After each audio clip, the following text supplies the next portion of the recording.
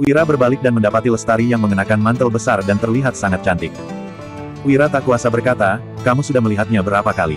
Apa masih belum puas? Lestari menjawab, belum, gak akan pernah puas.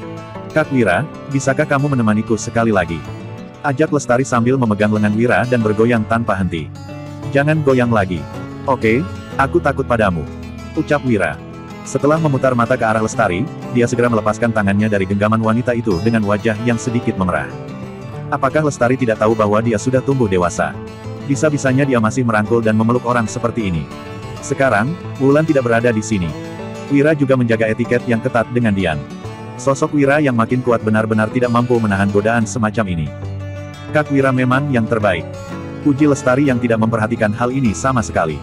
Dia kembali memeluk lengan Wira, bahkan menempel dengan erat. Sejak terakhir kali diselamatkan oleh Wira, semua ketidakpuasan Lestari terhadap pria ini telah menghilang. Keduanya kembali menjadi sangat akrab seperti saat masih kecil. Wira dan Lestari pun pergi ke pabrik 5. Untuk alasan keamanan dan kerahasiaan, Wira membagi produksinya menjadi 5 pabrik yang berbeda. Pabrik 1 membuat baja, memproduksi pedang Treksa, dan mencetak berbagai peralatan presisi. Pabrik 2 membuat gula. Pabrik 3 membuat sabun. Pabrik 4 mengolah gliserin murni, membuat natrium karbonat, alkohol, dan berbagai zat kimia. Pabrik 5 adalah tempat pembuatan kaca saat ini.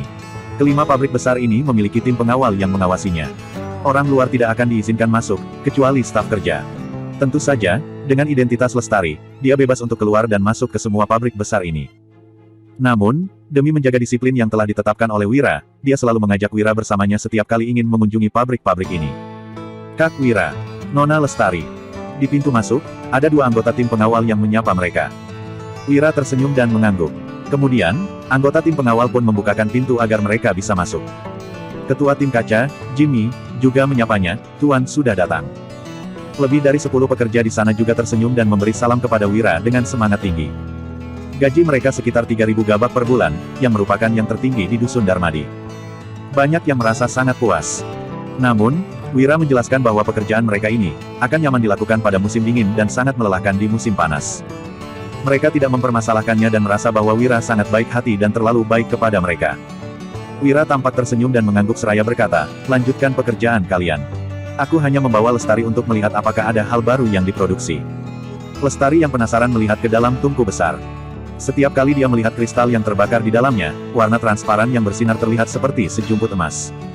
Tuan, teknik pembuatan kaca kita telah berkembang lagi. Sekarang, kita sudah bisa membuat botol yang indah. Jelas Jimmy sambil tersenyum. Sekelompok pria tampak mengambil wadah tanah liat grafit menggunakan kawat besi, lalu menuangkan kuarsa yang telah meleleh. Kemudian, seseorang menghubungkannya dengan pipa baja berongga dan mulai meniupnya untuk membuat bentuk yang diinginkan. Di sampingnya, pria lainnya menggunakan tang untuk membentuk lebih lanjut objek kaca tersebut. Tidak butuh waktu lama, sebuah gelas kaca dengan kaki tinggi telah jadi dan muncul di depan semua orang. Gelas kristal yang sangat indah. Ini benar-benar barang langka. Dengan gelas kristal seperti ini, setidaknya bisa dijual dengan harga 100 juta gabak. Ucap Lestari yang tampak terpesona. Matanya berbinar-binar saat dia melihat gelas kaca tersebut. Dia memandang Wira dengan penuh kekaguman. Kristal yang langka dan berharga pun tercipta. Wira yang tidak begitu terkesan berkata, masih lumayan. Dengan teknologi yang dimiliki kerajaan Nuala saat ini, menciptakan kaca bening seperti ini merupakan pencapaian yang luar biasa sulit. Namun, ini bukan masalah besar bagi Wira. Dengan menggunakan wadah tanah liat grafit, yang bisa mencapai titik leleh tinggi dari peleburan kaca, serta tambahan silika murni dan natrium karbonat, mereka bisa dengan mudah membuat kaca transparan. Wira bahkan membuat pipa baja khusus untuk para staf, dan mengajari mereka bagaimana cara meniup kaca untuk membuat barang-barang seni. Akan tetapi, dalam waktu yang singkat, para pekerja hanya bisa membuat gelas kaca. Wira tidak terlalu khawatir. Dia tahu bahwa di era ini, barang-barang kristal sangat langka dan berharga. Membuat beberapa manik-manik kaca, gelas kaca, dan potongan kaca sudah cukup untuk memenuhi permintaan pasar. Kak Wira, kamu hebat sekali. Bagaimana kamu bisa membuat kristal seperti ini? Tanai Lestari dengan sorot mata penuh dengan kekaguman. Awalnya, ketika Wira pergi ke tambang di Kabupaten Hiloka, Lestari merasa bahwa dia hanya membuang-buang uang. Namun, ketika melihat gelas kristal ini sekarang, Lestari segera menyadari nilai sebenarnya dari barang ini yang bahkan melebihi nilai dari pedang Treksa. Bukan hanya Lestari, bahkan Jimmy dan para ahli pembuat kaca yang bekerja di sana juga menatap Wira dengan kagum. Wira menjawab, aku belajar dari buku. Kemudian, dia mengubah topik pembicaraan dan mengingatkan, semuanya, jangan lupa untuk menjaga kerahasiaan proyek ini ketika berada di luar. Lestari buru-buru mengangguk. Membuat gula saja sudah menjadi target incaran keluarga Suteja, apalagi untuk pembuatan kristal. Jika keluarga besar mengetahui rahasia pembuatan kristal, mereka pasti akan berusaha untuk mencuri tekniknya. Sementara itu, Jimmy dan para ahli pembuat kaca mengangguk setuju. Gaji 3.000 gabak yang mereka terima sudah termasuk harus menjaga kerahasiaan proyek ini. Ayo. Wira merasa panas setelah menghabiskan banyak waktu di dalam pabrik sehingga mengajak Lestari keluar. Di luar pabrik 5, dia memberitahu Lestari, tunggu saja, setelah para ahli memiliki keterampilan yang lebih baik, kita akan membiarkan mereka untuk membuat beberapa jepitan kaca untukmu. Setiap warnanya akan memiliki bentuk yang berbeda-beda. Benarkah? Tanya Lestari yang matanya tampak berbinar-binar. Dia menyandarkan kepalanya ke bahu Wira sembari berkata, Kak Wira, kamu sangat baik padaku. Wira pun menggeleng. Beberapa jepitan kaca itu bahkan tidak dipakai lagi oleh orang pada zaman modern. Namun, Lestari malah terkagum-kagum. Saat sedang memikirkannya, mata Wira tampak berbinar-binar. Dia segera mendorong kepala Lestari dan berjalan ke arah lain. Ada sebuah kereta kuda yang berhenti di depan pintu masuk. Di dalamnya, ada Dian yang mengenakan jubah bulu rubah putih. Dia terlihat cantik seperti bunga teratai yang sedang mekar di antara langit dan bumi. Dasar Kak Wira brengsek. Kamu benar-benar terpesona oleh pelakor itu. Maki Lestari. Dia menggertakkan giginya sembari mengeluh, pelakor ini benar-benar nggak tahu malu. Hampir setiap hari dia datang ke Dusun Darmadi, seolah-olah nggak bisa hidup tanpa Kak Wira. Sesampainya di depan kereta kuda, sebelum Wira sempat berbicara, Joshua sudah bergegas keluar dari belakang Dian dan menyapa, Kakak ipar, aku datang untuk menemuimu. Apa kamu rindu denganku? Tentu saja, jawab Wira. Dia menggendong bocah itu dan mencubit hidung kecilnya. Kemudian, dia berbalik dan berkata, Lestari, kemarilah untuk bermain dengan Joshua. Ada yang ingin kubicarakan dengan Nona Dian. Dian menundukkan kepalanya dengan wajah yang memerah. Iya. Jawab Lestari yang menggertakkan gigi seraya membawa Joshua pergi. Setiap kali pelakor itu datang, Wira selalu meminta Lestari untuk membawa Joshua pergi. Kemudian, Wira akan membawa Dian ke lantai atas bangunan baru, lalu menghabiskan banyak waktu di sana. Entah apa yang kedua orang itu lakukan. Lestari memang berada di pihak kakak iparnya, Wulan, tetapi memiliki keturunan adalah yang terpenting. Setelah Wira dan Wulan menikah selama 3 tahun, mereka masih belum memiliki anak sampai sekarang. Kini, Wira sudah memiliki kekasih baru. Meskipun Lestari merasa tidak nyaman, dia tetap berusaha memberikan kemudahan baginya. Sambil menggenggam tangan Dian, Wira pun membawanya ke lantai 3. Pria itu berkata, ayo, aku akan membawamu ke atas. Ada sesuatu yang menarik untuk dilihat. Apa? Suara Dian terdengar bergetar dan wajahnya memerah. Setiap kali mereka berdua berada di lantai atas, meskipun membahas beberapa pekerjaan, sebagian besar waktu mereka hanya berpelukan. Meskipun masih belum melampaui batas, perasaan panas di seluruh tubuh membuat Dian tak kuasa sering mengunjungi Dusun Darmadi. Sebuah tripod yang menopang sebuah silinder berdiri tegak di lantai 3. Melihat benda itu, Dian bertanya dengan penasaran, apa ini? Cermin pengamat langit. Wira menunjuk ke lensa dan menjelaskan, dengan mengarahkan mata menghadap ke sini, kamu bisa melihat bintang dan bulan di langit malam dengan jelas. Giok air bisa digunakan untuk membuat kaca transparan. Wira pun dapat membuat banyak lensa cembung dan lensa cekung dari bahan ini. Namun, dia butuh waktu lebih dari setengah bulan untuk menciptakan teleskop astronomi dengan skala gambar yang diperbesar 70%. Agar lebih mudah dipahami oleh masyarakat zaman ini, Wira mengganti namanya menjadi cermin pengamat langit. Ajaib sekali. Dian bertanya dengan takjub, apa alat ini sama seperti teropong, nggak bisa digunakan untuk melihat matahari. Dian pernah menggunakan teropong untuk melihat pemandangan beberapa kilometer jauhnya. Dia tahu alat itu tidak bisa digunakan untuk melihat matahari. Sambil merangkul pinggang ramping Dian dan mencium rambut hitam panjangnya, Wira menjawab dengan lembut, ya, itu akan menyakiti matamu. Tapi, alat yang ini bisa dipakai untuk melihat bulan dan bintang di malam hari. Tubuh Dian yang berada di pelukan Wira terasa lemas dan jantungnya berdegup makin cepat. Tuan, seperti apa bulan itu? Apa bulan itu seperti mutiara indah yang bersinar? Tanya Dian. Melihat wajah cantik Dian yang malu-malu, Wira tidak bisa menahan diri untuk mencubit pangkal hidungnya sebelum menjawab, enggak, bulan itu penuh lubang, seperti lembah yang gundul. Hah? Dian terlihat tidak percaya dengan fakta yang didengarnya. Ini, bagaimana mungkin? Ujar Dian. Dalam bayangan orang-orang kerajaan Nuala, bulan adalah mutiara indah yang bersinar di atas langit. Mana mungkin wujud bulan yang sebenarnya seperti lembah yang berlubang-lubang? Wira tidak berusaha menjelaskan dan hanya berkata, pokoknya, menurutku bulan ini seperti lembah penuh lubang. Sulit bagi orang yang tidak mengenal sains untuk memahami pembicaraan tentang bumi dan bulan. Hanya dengan membiarkan mereka melihatnya sendiri, mereka baru bisa mematahkan pandangan lama mereka sedikit demi sedikit. Pertama-tama, Wira akan menghancurkan mitos orang-orang soal benda langit. Oh. Dian tertegun sejenak, lalu bertanya lagi, Tuan, seperti apa matahari itu? Wira menjawab dengan santai, matahari itu bola api yang besar, sekitar 1,3 juta kali lebih besar dari bumi yang kita pijak. Apa? Seru Dian dengan kaget. Tuan, apa itu benar? Matahari terlihat sangat kecil, mana mungkin matahari jauh lebih besar dari bumi. Dian dapat menerima konsep bahwa matahari adalah bola api yang besar. Bagaimanapun, matahari memancarkan cahaya dan panas. Namun, dia tidak yakin bahwa matahari jutaan kali lebih besar dari bumi. Matahari yang berada di atas kepala hanya sebesar mangkuk, mana mungkin ia lebih besar dari bumi. Apa kamu bisa melihat gunung harimau hitam? Tanya Wira sambil menunjuk ke depan. Gunung yang kamu lihat sekarang hanya seukuran telapak tangan, tapi waktu kamu mendekat, gunung itu sangat besar.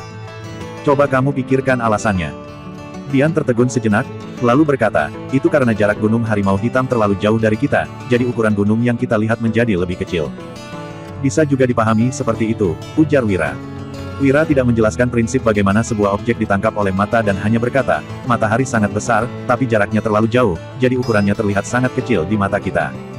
Kalau bukan karena ukurannya yang sangat besar, gimana cahaya dan panasnya bisa mencapai bumi? Kalau kamu membakar gunung 500 km jauhnya dari sini, panasnya pun nggak akan terasa di sini. Jadi, kamu bisa bayangkan sendiri betapa besarnya api matahari.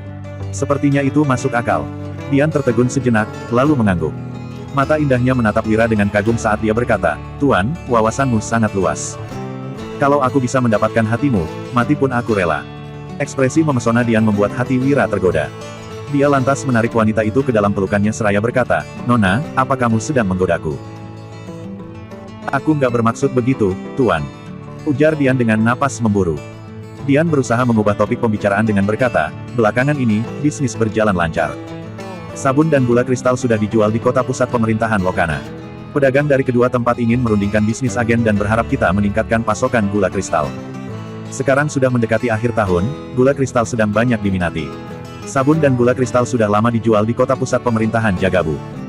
Setelah Wolfi disingkirkan dari kota pusat pemerintahan Lokana dan Kabupaten Hiloka, karavan pedagang segera menuju ke selatan untuk membuka pasar.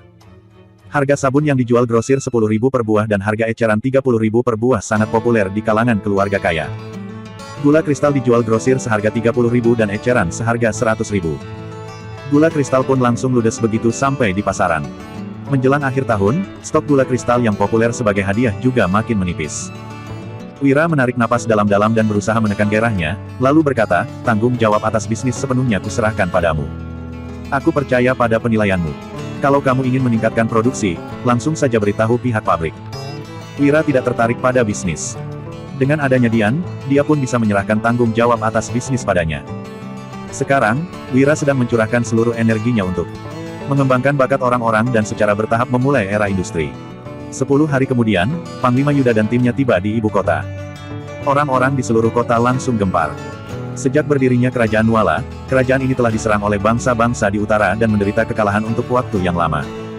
Dalam 100 tahun terakhir ini, bangsa Agrel terus menekan Kerajaan Nuala dan telah menginvasi sepertiga wilayahnya. Dalam pertempuran kali ini, Raja Tanui, salah satu dari 5 raja di Kerajaan Agrel terbunuh. Bahkan, 100.000 pasukan kavaleri bangsa Agrel juga dimusnahkan. Kemenangan terbesar sejak berdirinya Kerajaan Nuala ini meningkatkan prestise nasional dan dukungan rakyat. Bukan hanya rakyat saja yang bahagia, istana pun sangat bergembira.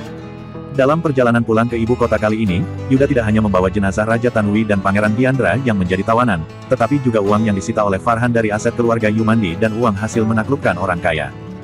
Total uang ini berjumlah 4 miliar, yang setara dengan pajak tahunan 2 provinsi.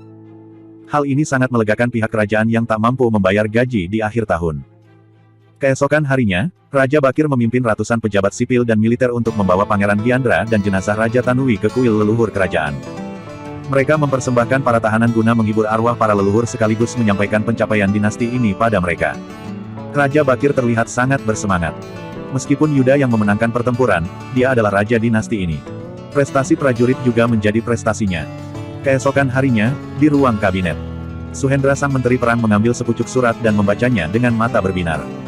Menarik, ujar Suhendra.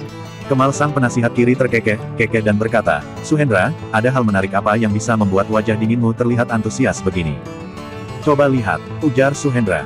Suhendra menyerahkan dokumen yang dibacanya tadi dan berkata, beberapa waktu yang lalu, Wolfi melakukan pemberontakan di Kabupaten Hiloka. Satria, Letnan Jenderal Kota Pusat Pemerintahan Lokana, memimpin 3.000 pasukan komando daerah untuk menekan pemberontakan. Setelah 1 bulan berlalu, para pemberontak belum berhasil ditangkap. Alhasil, Zabran dari Kabupaten Uswal, bersama dengan Fadil si Pati Pengganti dan Regan si Kepala Petugas Patroli, memimpin pasukan penjaga dan menangkap Wolfie hidup-hidup. Mereka juga membunuh 400 pemberontak dan menangkap 550 orang. Menarik bukan? Pasukan penjaga mengalahkan pasukan komando daerah. Hierarki pasukan di Kerajaan Nuala terdiri dari pasukan kerajaan, pasukan perbatasan, pasukan komando daerah, pasukan penjaga, dan pasukan pedesaan. Namun, pasukan penjaga berhasil mengalahkan pasukan komando daerah dalam mengatasi pemberontakan. Pemimpinnya bahkan bukan seorang profesional. Coba kamu lihat dulu, Kabupaten Uswal itu kampung halaman Tuan Wahyudi. Kemal tertawa dan berkata, Zabran itu adik sepupu Tuan Wahyudi. Dia bisa membunuh Jenderal Raharja yang berkhianat di medan perang karena Tuan Wahyudi membantunya dari belakang. Memberantas pemberontakan Wolfie tentu bukan masalah besar. Kemal dan Suhendra sudah mengetahui informasi detail tentang Wira. Bahkan, mereka juga mengetahui semua orang yang berada di bawah komandonya. Jangankan Dodi yang menjadi terkenal setelah bertarung di medan perang, bahkan soal Gavin dan saudara-saudaranya pun mereka ketahui. Lumayan. Suhendra mengangguk dan berkata, Zabran ini prajurit yang berbakat. Kalau bukan karena usianya yang terlalu muda, berdasarkan kontribusi militernya kali ini, dia bisa saja diangkat menjadi Letnan Jenderal. Temperamen seorang anak muda memang masih belum cukup stabil dan masih harus diasah lagi. Kemal melipat kembali petisi itu, lalu menyerahkannya kepada seorang sekretaris sambil berkata, Gatot, promosikanlah ketiga orang itu sesuai kebijakan Departemen Personalia. Kemudian, turunkan pangkat prefektur dan letnan jenderal dari kota pusat pemerintahan Lokana. Mereka bahkan tidak sanggup menangani seorang pemberontak kecil. Gatot yang bertanggung jawab mengatur peningkatan jabatan para pejabat terkekeh dan berkata, Pak Kemal, Zabran itu jenderal batalion. Biarpun mau mengasahnya, dia juga harus diangkat menjadi jenderal pendamping berkat jasanya kali ini. Lalu, Fadil akan diangkat menjadi pati, sedangkan Regan menjadi jenderal militer. Sementara itu, pangkat Dirja yang merupakan prefektur Lokana dan Satria yang merupakan letnan jenderal akan diturunkan masing-masing 1 tingkat. Kemal mengangguk. Kemudian, Gatot menuliskan beberapa patah kata di atas petisi dan menyuruh sekretaris untuk mengumumkannya. Dengan begitu, nasib kelima orang ini pun mengalami perubahan drastis seiring dengan perbincangan kedua menteri ini. Hai. Suhendra yang berada di samping berdesah, sangat mudah memberi penghargaan kepada ketiga orang itu, tapi Tuan Wahyudi yang bekerja di balik layar malah tidak mendapatkan apa-apa padahal dia sudah berjasa besar. Pantas saja Tuan Wahyudi tidak membalas surat dari kita bertiga. Kemal mengerutkan keningnya dan berkata, Amangkurat Wutari sudah pergi menemui Yang Mulia. Semoga dia bisa membujuk Yang Mulia untuk memberikan perlakuan yang adil kepada Tuan Wahyudi. Kemal, Suhendra, dan Tirta sudah meminta Kaisang untuk membawa surat mereka ke Dusun Darmadi. Sekarang, Yuda dan Dodi telah tiba di ibu kota. Namun, mereka bertiga masih belum mendapatkan balasan apapun dari Wira. Hal ini membuat mereka mengira bahwa Wira memiliki dendam terhadap istana. Setelah Wira berkontribusi begitu besar, Raja Bakir malah mengabaikannya. Hal itu akan menimbulkan ketidakpuasan. Faksi Kemal sudah berulang kali mengajukan permintaan kepada Raja Bakir untuk memberikan penghargaan kepada Wira. Namun, Raja Bakir malah tidak berhenti menegur mereka dan bersikeras menyuruh Wira mengikuti ujian kerajaan. Raja Bakir tampaknya tidak begitu mempercayai bakat Wira. Sekarang, Yuda sudah tiba di ibu kota. Saat bertemu mereka sebelumnya, Yuda memberitahu mereka bahwa dia bersedia melepaskan segalanya demi memberikan gelar kepada Wira. Suhendra mengangguk dan berkata, semoga Amangkurat Wutari mampu meyakinkan Yang Mulia. Tepat pada saat ini, seorang Kasim tiba berjalan masuk dan berseru, Pak Kemal, gawat. Amangkurat Wutari bertengkar dengan Yang Mulia. Apa? Kemal dan Suhendra langsung berdiri dengan ketakutan. Hari ini, Yuda datang ke istana untuk menghadap Raja Bakir. Namun, Yuda malah bertengkar dengan Raja Bakir. Ini merupakan pelanggaran besar. Apabila penanganannya kurang tepat, Yuda bisa dipenggal. 15 menit yang lalu, di Taman Kekaisaran. Raja Bakir mengenakan jubah bermotif naga dan tersenyum muram. Di sampingnya, selir Susan sedang menggendong seekor kucing berwarna putih. Yuda bersujud dan berkata, hormat Yang Mulia, semoga Yang Mulia panjang umur. Berdirilah. Kali ini, kamu sudah berhasil memusnahkan musuh dan melindungi kerajaan dengan mengandalkan keberanian dan kerja kerasmu, kata Raja Bakir sambil tersenyum dan melambaikan tangannya. Dia terlihat gembira. Sampai sekarang, Raja Bakir masih mewaspadai Yuda. Namun, saat ini dia tetap harus menenangkan diri. Bagaimanapun juga, ini adalah kemenangan terbesar kerajaan Nuala. Lapor, Yang Mulia. Jasaku dalam perang kali ini tidaklah besar. Yuda mendongak dan berkata dengan serius, orang yang benar-benar berjasa besar adalah Tuan Wahyudi. Dia sudah menciptakan misil 3 busur, membunuh Raja Tanui, memanfaatkan para prajurit pengkhianat untuk memancing musuh masuk ke kota, merencanakan serangan api, dan menggunakan formasi kerbau api. Jika bukan karenanya, aku sendiri pasti tidak mampu mengalahkan bangsa Agrel. Selir Susan pun merasa agak bingung. Selama ini, Raja Bakir selalu mengatakan bahwa Wira hanyalah seorang pesuruh. Namun, Yuda malah begitu memujanya. Jadi, sebenarnya Wira memiliki kemampuan atau tidak? Setelah mendengar ucapan Yuda, ekspresi Raja Bakir langsung menjadi suram. Dia berkata dengan acuh tak acuh, berdirilah. Aku sudah mengetahui seluruh situasi di medan perang. Namun, Yuda tetap tidak berdiri dan berkata sambil menangkupkan tangannya, Yang Mulia, aku bersedia melepaskan posisiku. Harap Yang Mulia bisa memberikan penghargaan kepada Tuan Wahyudi. Dia adalah orang yang berjasa paling besar dalam perang ini dan seharusnya mendapatkan posisi Amangkurat ini. Ekspresi Raja Bakir pun menjadi dingin. Dia berkata, Wira memang berjasa. Tapi jasanya hanya dalam menciptakan misil 3 busur dan menempa pedang ajaib yang membantu situasi perang. Namun, jasanya itu masih belum setimpal untuk diberikan posisi Amangkurat. Yuda pun menjawab dengan bingung, Yang Mulia, Tuan Wahyudi bukan hanya menciptakan peralatan perang, tapi juga menyusun semua taktik perang untuk memenangkan peperangan ini. Tanpa Tuan Wahyudi yang mampu menghadapi begitu banyak perubahan saat berperang, aku pasti kesulitan untuk mempertahankan kota, apalagi memenangkan perang ini. Harap Yang Mulia bisa menegakkan keadilan untuk Tuan Wahyudi. Sudah ada banyak petisi yang menuliskan secara jelas jasa Wira dalam perang kali ini. Namun, Raja Bakir tetap tidak memberikan penghargaan kepada Wira. Jadi, Yuda sudah membulatkan tekad untuk menjelaskan jasa Wira meskipun harus mati. Saat ini, Yuda diberi gelar Amangkurat, sedangkan Wira tidak mendapatkan apa-apa. Hal ini membuat Yuda merasa sangat frustasi. Blam! Raja Bakir memukul meja, lalu bertanya dengan suara dingin, lancang. Apa maksudmu aku tidak bisa membedakan mana yang benar dan salah? Pengawal istana yang berada di kedua sisi Raja Bakir langsung menghunuskan pedang mereka dan mengepung Yuda. Tentu saja bukan. Yuda menjawab dengan serius, aku hanya khawatir Yang Mulia mendengar fitnah orang lain dan tidak mengetahui jasa Tuan Wahyudi dalam perang kali ini. Jadi, aku mengambil risiko untuk menyatakan pendapatku. Meskipun Yang Mulia ingin membunuhku, aku juga harus mengatakan semuanya dengan jelas. Orang paling berjasa dalam perang ini adalah Tuan Wahyudi, bukan aku. Tuan Wahyudi memiliki bakat yang sangat luar biasa. Kalau Yang Mulia merekrutnya, dia pasti bisa mengalahkan seluruh musuh di sekitar dan membuat kerajaan Nuala menjadi makmur. Harap Yang Mulia menerima usulku. Hehe, bakat yang luar biasa. Apa kamu kira aku bodoh? Raja Bakir tersenyum dan melanjutkan, aku punya pasukan rahasia naga. Gak ada yang bisa menyembunyikan rahasia dariku. Wira hanyalah seorang pelajar. Selama 18 tahun ini, dia sama sekali tidak punya prestasi apa-apa. Tapi, dia malah tiba-tiba jadi begitu menonjol sejak 3 bulan yang lalu. Kamu kira tipu muslihat seperti ini bisa disembunyikan dariku? Yuda bertanya dengan heran, apa maksud Yang Mulia? Selama perang, Yuda tidak pernah berpisah dengan Wira. Dia tahu jelas bahwa Wira tidak melakukan tipu muslihat apapun selama menyusun taktik perang. Kalian semua, tinggalkan dulu kami. Ujar Raja Bakir dengan ekspresi suram. Kemudian, Selir Susan, pelayan istana, dan Kasim pun meninggalkan tempat ini. Sementara itu, para pengawal istana berdiri di sekitar 60 meter jauhnya dan membidik panah mereka ke arah paviliun. Raja Bakir menatap Yuda yang berlutut dan berkata dengan ekspresi dingin, berhubung kamu mau dengar, aku akan menjelaskannya. Kamu kira aku tidak tahu rencana busuk kalian? Yuda pun merasa kebingungan. Meskipun ayahnya sudah difitnah dan dibunuh, dia tetap setia pada kerajaan. Namun, Raja Bakir malah mengatakan mereka menyimpan niat buruk. Semua strategi perang yang kalian gunakan itu dari Putro, kan? Wira itu hanya boneka yang digunakannya untuk mengacaukan istana. Tapi, aku tidak tertipu. Makanya, dia membiarkanmu datang untuk bersaksi. Kalian kira kalian bisa menipuku? Aku sudah tahu jelas apa yang kalian rencanakan. Ujar Raja Bakir dengan penuh percaya diri, seolah-olah semuanya berada dalam kendalinya. Yuda terdiam sejenak lalu bersujud dan berkata, Yang Mulia, kamu sudah salah paham. Kita bisa mengalahkan bangsa Agrel berkat jasa Tuan Wahyudi. Ini semua tidak ada hubungannya dengan Paman Putro. Aku berani bersumpah atas nama ayahku, aku tidak berbohong. Sejak Raja Darojati gagal merebut tahta dan Dirga dibunuh karena difitnah, Putro menjadi sangat kecewa pada istana. Dia pun tidak berniat untuk ikut campur dalam kebijakan istana lagi. Meskipun bangsa Agrel menyerang kota pusat pemerintahan Jagabu, dia juga hanya pernah memimpin para pengawal untuk membantu di malam kota berhasil dibobol. Selain itu, dia sama sekali tidak melakukan apapun.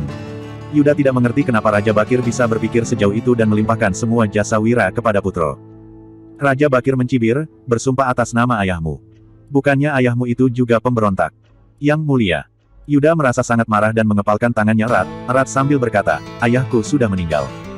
Aku harap Yang Mulia tidak menghinanya lagi. Para pengawal istana yang berada 60 meter jauhnya langsung menyerbu keluar dan mengepung paviliun sambil menghunuskan pedang. Memangnya kenapa kalau aku menghinanya? Apa kamu berani membunuhku? Raja Bakir tersenyum sinis, lalu menjauhkan diri dari Yuda dan membentak, "Putro sangat cerdas, sedangkan ayahmu mengendalikan pasukan militer. Mereka berkomplot dengan Raja Darujati untuk merebut kedudukanku, tetapi aku berhasil menumpas mereka. Apalagi sebutan yang cocok untuk mereka kalau bukan pemberontak." "Yang mulia," Yuda berkata dengan kesal, "ayah sangat setia pada istana dan tidak pernah berpikir untuk berkhianat. Dulu, Raja Darujati menulis surat untuk ayah dan meminta ayah menggerakkan prajurit untuk membantunya, tapi ayah menolak tanpa ragu. Kalau memang ayah ingin berkhianat dan bersedia membantu Raja Darujati untuk mendapatkan tahta, pasukan kerajaan tidak akan mungkin mampu melawan pasukan Sirah Hitam. Selain itu, ayah tahu Yang Mulia memanggilnya ke ibu kota untuk membunuhnya. Tapi, dia tetap datang tanpa ragu.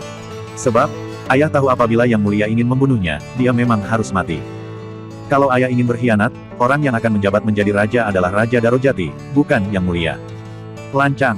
Raja Bakir berkata dengan marah, "Aku bisa mendapatkan posisi ini karena aku bisa menebak ambisi kalian. Kalau aku mengutus 10.000 pasukan kerajaan, kalian pasti akan tertangkap, sedangkan Raja Darujati akan bunuh diri. Kalian hanya merasa situasinya sudah tidak menguntungkan, makanya kalian memilih untuk menyerah agar bisa diampuni. Hehe, kalau Yang Mulia mau berpikir seperti itu, aku juga tidak bisa mengatakan apa-apa lagi." Yuda melanjutkan sambil tersenyum getir, "Aku ini pemberontak yang gak pantas menerima posisi Amangkurat. Silakan Yang Mulia menarik kembali posisi itu dan menghukumku. Pasukan kerajaan memang sangat besar dan kuat, juga termasuk pasukan elit terbaik di kerajaan. Dulu, pasukan Sirah Hitam yang dipimpin Dirga hanya berjumlah 5.000 orang. Namun, jika Dirga ingin bertarung, pasukan Sirah Hitam tetap mampu membasmi pasukan kerajaan. Baik dari segi kekuatan tempur maupun strategi tempur, pasukan kerajaan yang tidak pernah terjun di medan perang tentu saja tidak bisa menandingi pasukan Sirah Hitam. Hanya saja, tidak ada gunanya Yuda mengatakan semua ini sekarang. Raja Bakir menganggap dirinya sangat benar.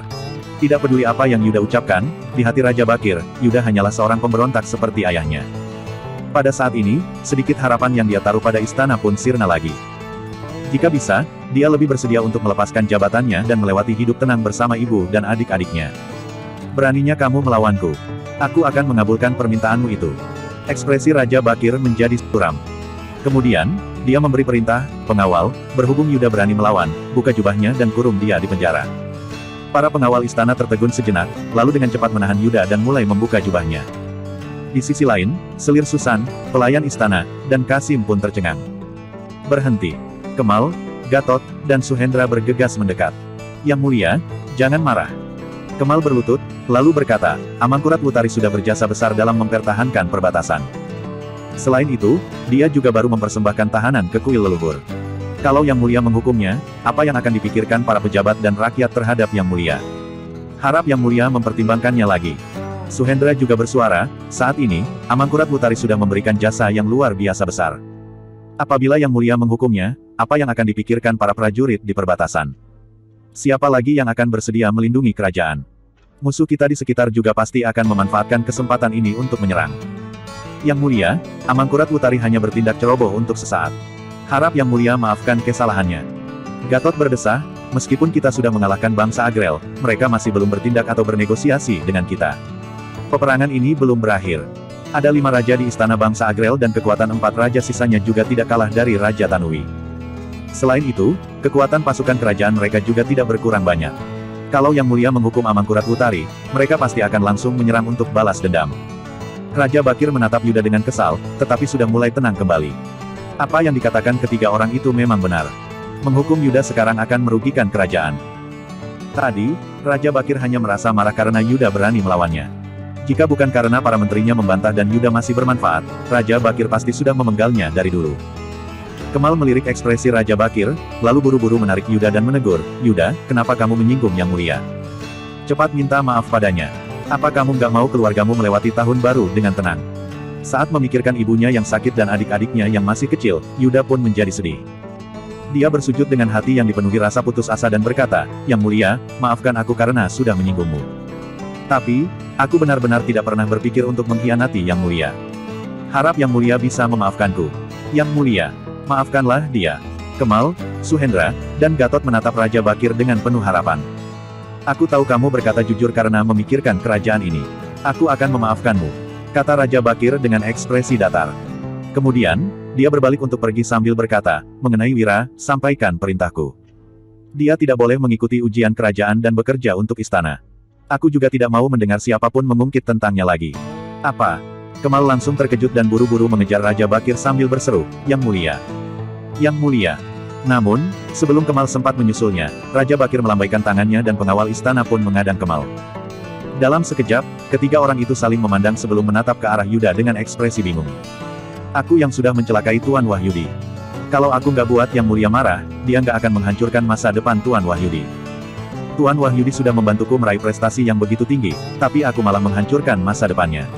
Aku. Yuda yang selama ini belum pernah menangis pun berlinang air mata. Dia merasa sangat bersalah. Kemal bertanya dengan panik, "Amangkurat Utari, ada apa ini sebenarnya?" Jika kerajaan mereka mengabaikan orang yang begitu berbakat seperti Wira, negara musuh tidak mungkin akan melepaskan kesempatan ini. Yuda menceritakan apa yang dikatakan Raja Bakir dengan ekspresi sedih. Setelah mendengar ceritanya, ketiga menteri itu pun tercengang. Pantas saja Raja Bakir bisa berpikir begitu. Dulu, Raja Bakir dan Raja Darojati pernah memperebutkan tahta. Dengan bantuan Putro, Raja Darojati tidak berhenti menyerang Raja Bakir dan menyebabkan Raja Bakir hampir kehilangan tahta. Bagaimana ini? Yang Mulia sudah memberi perintah untuk melarang Tuan Wahyudi mengikuti ujian kerajaan dan bekerja untuk istana. Bagaimana kalau kita bujuk Yang Mulia lagi setelah dia tenang? Kita nggak boleh membiarkan bakat orang sebijaksana Tuan Wahyudi terbuang sia-sia. Yuda, kamu nggak usah menyalahkan dirimu sendiri. Kamu melakukan ini demi Tuan Wahyudi. Biarpun dia tahu, dia juga nggak akan menyalahkanmu. Ketiga menteri itu berdesah. Di sisi lain, Yuda tidak mengatakan apa-apa dan meninggalkan istana dengan putus asa. Keesokan harinya, seluruh istana pun gempar. Raja Bakir sudah memberi perintah untuk melarang Wira mengikuti ujian kerajaan dan bekerja untuk istana. Ditambah dengan fitnah yang disebarkan faksi Ardi, ada banyak orang yang berkata bahwa Wira menyogok Yuda untuk memberikan jasanya dalam mengalahkan bangsa Agrel. Namun, berhubung Raja Bakir bijaksana dan menyadari niat buruknya, Raja Bakir pun menurunkan dekrit seperti itu begitu marah. Dekrit Raja Bakir tersebar hingga ke seluruh provinsi Jawali dan langsung menghebohkan seluruh provinsi. Selain itu, Senia juga mendapatkan berita ini. Senia yang mengenakan gaun merah dan dipadu dengan mahkota emas terlihat sangat cantik. Dia menerima surat rahasia itu dan membacanya.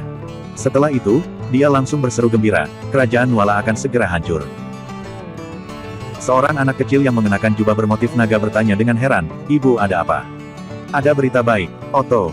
Senia mencubit pipi Otto, lalu berkata sambil tersenyum, "Raja Bakir mengira Tuan Wahyudi hanyalah seorang pesuruh, lalu memberi perintah untuk melarangnya mengikuti ujian kerajaan dan bekerja untuk istana.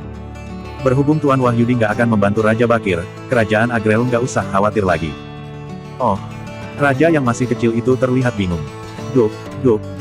Senia mengetuk meja, lalu seorang pelayan istana tiba-tiba muncul tanpa suara.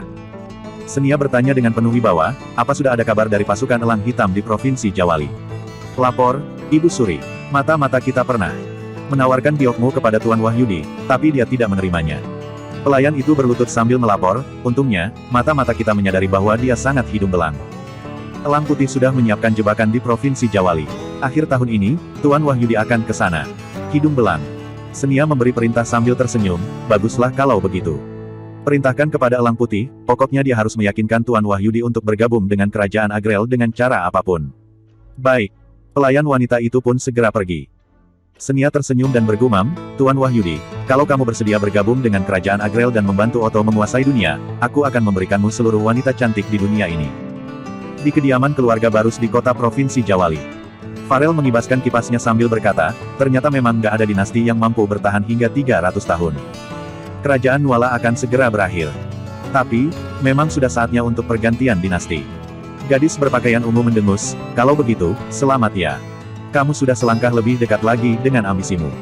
Farel menjawab dengan mata berbinar, "Aku nggak melakukan apapun kok." Yang Mulia yang terlalu paranoid, lalu melarang Tuan Wahyudi mengikuti ujian kerajaan dan bekerja untuk istana.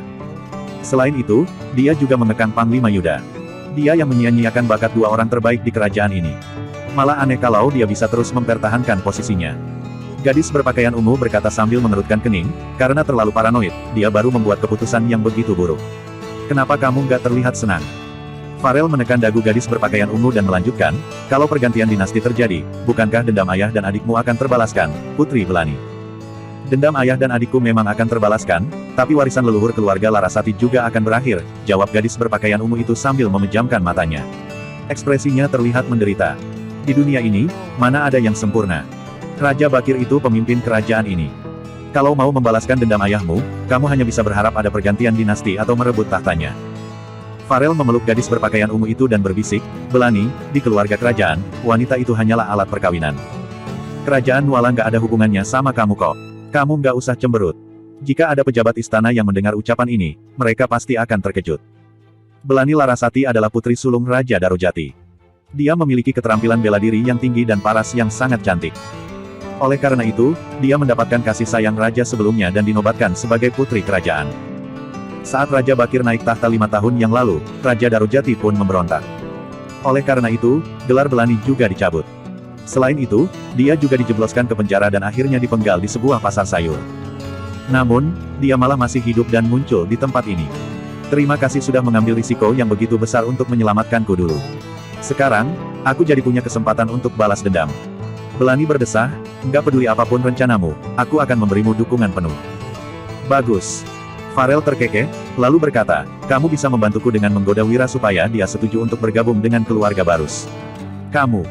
Belani menjawab dengan kesal, kamu tahu jelas hubungannya dengan Panglima Yuda sangat dekat, tapi malah menyuruhku berbuat begitu. Apa sebenarnya niatmu? Lagian, Dewina sudah setuju untuk menemaninya. Yang namanya pria nggak akan nolak wanita cantik. Lagian, kamu juga sudah nggak mungkin bersama Panglima Yuda lagi. Ngapain kamu khawatir soal itu? Farel mengedipkan matanya dan melanjutkan, aku juga ingin mencarikan pria yang baik untukmu. Biar bagaimanapun, kamu itu sahabat baikku. Nggak mungkin aku membiarkanmu menikah sama pecundang. Nggak usah sok baik. Belani mendengus, aku tahu kamu mau merusak hubungannya dan Panglima Yuda supaya mereka nggak beraliansi, lalu merusak rencana keluarga Barus. Wah, cantik, kamu makin pintar saja. Farel menekan dagu Belani, lalu mengecup bibirnya dan berkata, aku jadi nggak rela memberikanmu pada pria lain. Kamu dicium oleh sesama wanita adalah hal yang memalukan. Belani pun tidak bisa berkata-kata. Di kediaman Linardi di kota provinsi. Wulan, apa kamu sudah tahu soal dekrit yang diturunkan istana? Melati melambaikan selembar surat resmi dan membaca isinya, Wira Darmadi dari Dusun Darmadi yang terletak di Kabupaten Uswal memiliki karakter yang buruk dan serakah. Dengan statusnya yang hanya merupakan seorang pelajar, dia malah ingin merebut jasa atas mengalahkan bangsa Agrel. Yang Mulia memberi perintah untuk melarangnya mengikuti ujian kekaisaran dan bekerja untuk istana. Gak mungkin, gak mungkin. Wira bukan orang seperti itu. Pasti ada sesuatu di balik masalah ini. Ujar Wulan dengan wajah yang pucat sambil menggeleng. Sekarang, keluarga mereka sudah tidak kekurangan uang. Dengan kecerdasan Wira, dia pasti bisa lulus ujian kerajaan dan menjadi pejabat asal rajin belajar. Sekarang, istana malah menurunkan dekrit untuk melarangnya mengikuti ujian kerajaan. Dengan begitu, Wira hanya bisa menjadi rakyat jelata selamanya. Berita ini sudah tertulis jelas dan tersebar di seluruh provinsi Jawali. Melati terkekeh dan melanjutkan, Wulan, apa kamu masih mau bersamanya? Gimana kalau kamu pertimbangkan anak gubernur? Kakak ipar, aku sudah bilang jangan ungkit soal anak gubernur lagi. Ekspresi Wulan langsung berubah. Kemudian, dia berkata dengan tegas, biarpun Wira nggak ujian kekaisaran dan hanya bisa menjadi rakyat jelata seumur hidup, aku juga nggak akan meninggalkannya. Kamu. Ekspresi Melati pun menjadi muram. Awalnya, dia mengira Wulan akan berubah pikiran setelah mengetahui Wira akan menjadi rakyat jelata selamanya. Tak disangka, Wulan masih berpegang teguh pada pendiriannya. Melati pun berkata dengan cemberut, asal kamu tahu, ini dekrit yang mulia. Dari hal ini, dapat dilihat betapa yang mulia membencinya. Kalau tersebar dia itu menantu keluarga Linardi, masa depan ayah, Opal, Harsa, dan Retno bakal hancur. Apa kamu benar-benar akan mempersulit keluargamu demi seorang anak desa? Aku. Wulan pun tertegun dan mulai menangis. Dia menggigit bibirnya dan berdiri sambil berkata, pokoknya, aku nggak akan meninggalkan Wira. Kalau kalian takut, aku tinggalkan saja keluarga Linardi. Kelak kita nggak usah berhubungan lagi.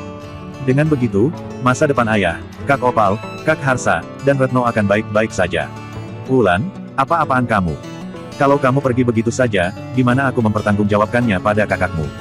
Melati menarik Wulan, lalu berkata sambil mengerutkan dahi, ya sudah, aku nggak paksa kamu lagi.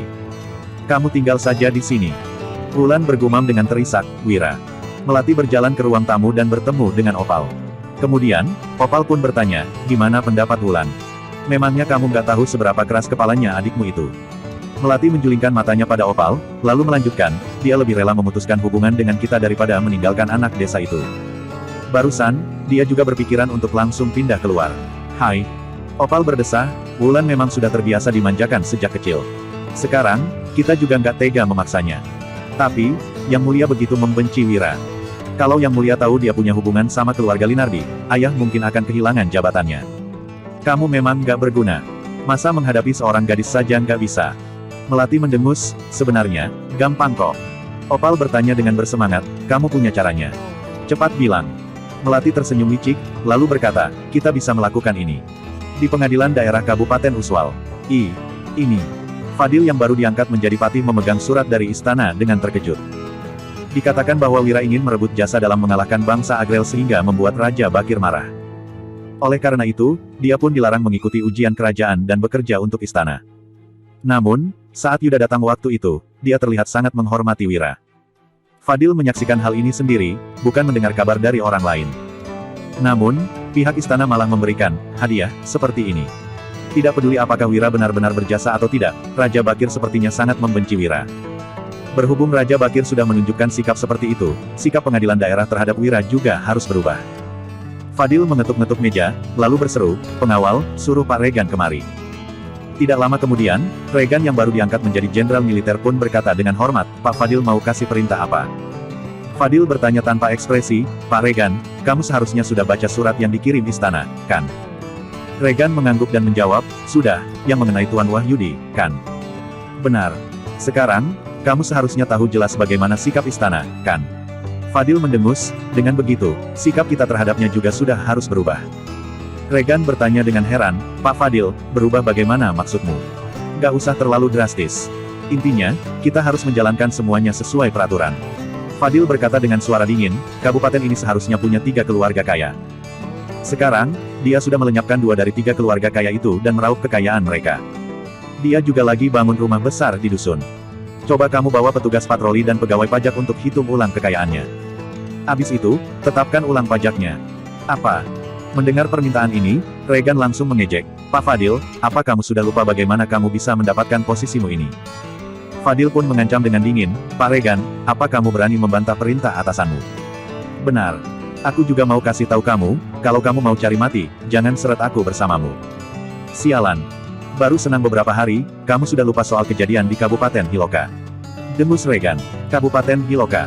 Fadil langsung ketakutan setelah mengingat apa yang terjadi di sana.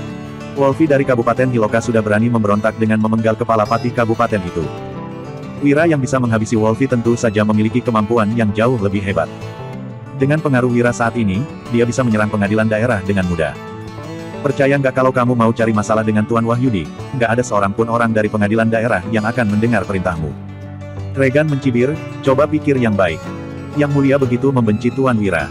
Tapi, kenapa Yang Mulia hanya melarangnya mengikuti ujian kerajaan dan bukan langsung memenggalnya? Fadil langsung ketakutan. Itu berarti ada yang membela Wira di istana sehingga Raja Bakir juga harus waspada. Regan tersenyum sinis dan berkata, kalau kamu berani menyentuh Tuan Wahyudi, aku jamin kamu bukan hanya akan kehilangan posisimu dalam waktu 3 bulan. Kamu juga mungkin akan langsung diturunkan menjadi rakyat jelata dan bahkan dipenggal. Bro. Fadil jatuh terduduk di lantai, lalu berkata dengan tubuh gemetar, Pak Regan, aku sudah menyadari kesalahanku. Kamu harus merahasiakan hal ini. Jangan beritahu Tuan Wahyudi, iya. Regan menjulingkan matanya, lalu mencibir dalam hati, memangnya kamu siapa? Kamu kira aku akan menyimpan rahasia dari Tuan Wahyudi demi kamu? Dasar gak tahu diri. Tidak lama kemudian, berita mengenai dekrit Raja Bakri juga sampai di Dusun Darmadi. Sekelompok anggota inti yang bekerja untuk Wira pun merasa sangat frustasi setelah membaca surat itu.